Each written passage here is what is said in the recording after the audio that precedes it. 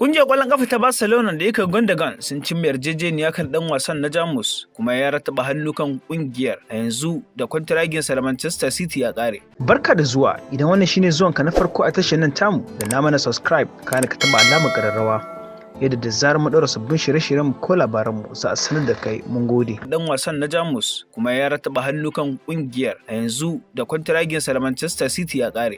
Ya sanya hannu har zuwa 30 ga watan Yuni shekarar 2025. Tare da zaɓin zama a ƙungiyar na tsawon shekara ɗaya.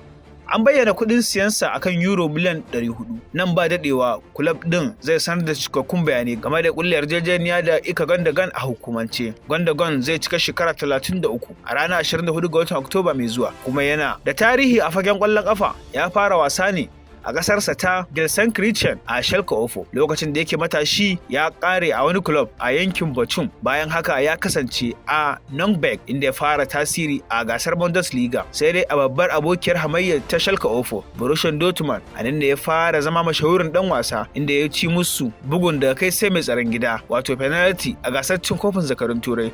A shekarar 2013, duk da cewa bai isa ya lashe kofin ba a wannan lokaci, amma ƙarƙashin jagorancin koci Johan Club ya lashe gasar Bundesliga ta shekarar 2011 da shekarar 2012. A cikin shekaru 7 da ya a Manchester City, Gündoğan ya kafa babban tarihi inda ya karbi lambobin yabo da yawa bayan da ya lashe gasar Premier sau 5. A bana ya kasance a kungiyar Manchester City wadda ta dauki kofin gasar zakarun Turai na farko a tsawon shekara 7 da ya kwashe a filin kwallo na Etihad. Ya ci kofuna 14, gasar Premier 5, da gasar zakarun Turai guda ɗaya, da kofin FA 2, sai kofin EFL guda 4, da kuma kofin Community Shield guda 2. A farkon kakar shekarar 2022 da shekarar 2023 ne Manchester City ta naɗa shi a matsayin kaftin bayan da ɗan wasan tsakiya na Brazil Fernandinho ya tashi daga ƙungiyar.